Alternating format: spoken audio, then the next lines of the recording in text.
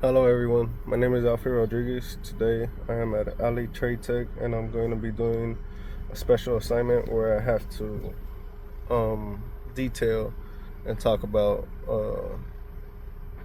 a test that I plan to do. So today I'm going to do a Misfire test on a 2014 Ford Explorer, and I'm going to be using an Apex Scanner 2 diagnostic scan tool. So as you can see right here, I've already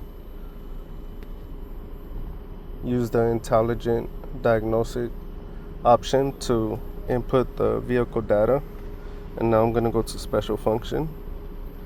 Once in there, I'm going to hit the powertrain option, and in here I have different tests that I can conduct, but I'm going to choose the Misfire test. Once I'm right here, I press OK.